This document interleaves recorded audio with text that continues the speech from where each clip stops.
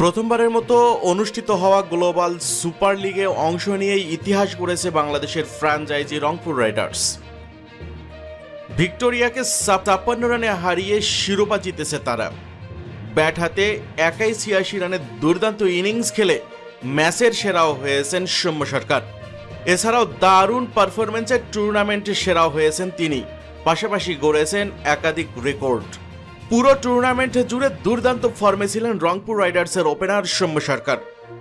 টুর্নামেন্টে ২টি ৫০ করেছেন এই বাঁহাতি ব্যাটসম্যান, যা যৌথভাবে সর্বোচ্চ।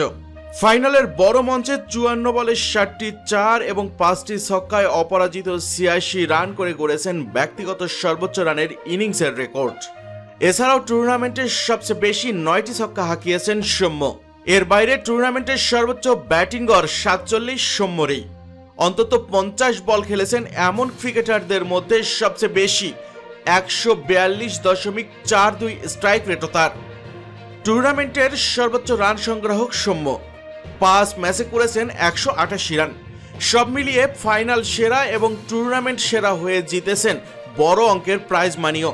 সৌম্য সরকার ফাইনালে ম্যান অব দ্য ম্যাচ নির্বাচিত হয়ে $৫০০ এবং যা বাংলাদেশি মুদ্রায় প্রায় ৬০,০০০ টাকার মতো এবং ম্যান অব দ্য টুর্নামেন্টে নির্বাচিত হয়ে $১,০০০ অর্থ পুরস্কার পেয়েছেন, যা বাংলাদেশি মুদ্রায় প্রায় ১,২০,০০০ টাকার মতো।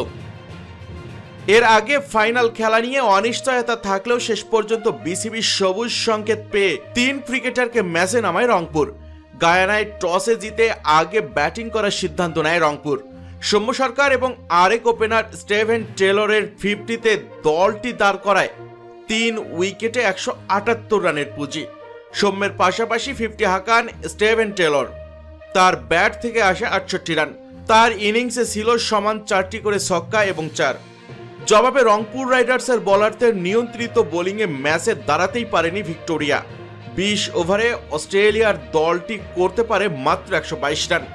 রংপুরের হয়ে হারমিত সিং নেন ১৯ রানে ৩টি উইকেট।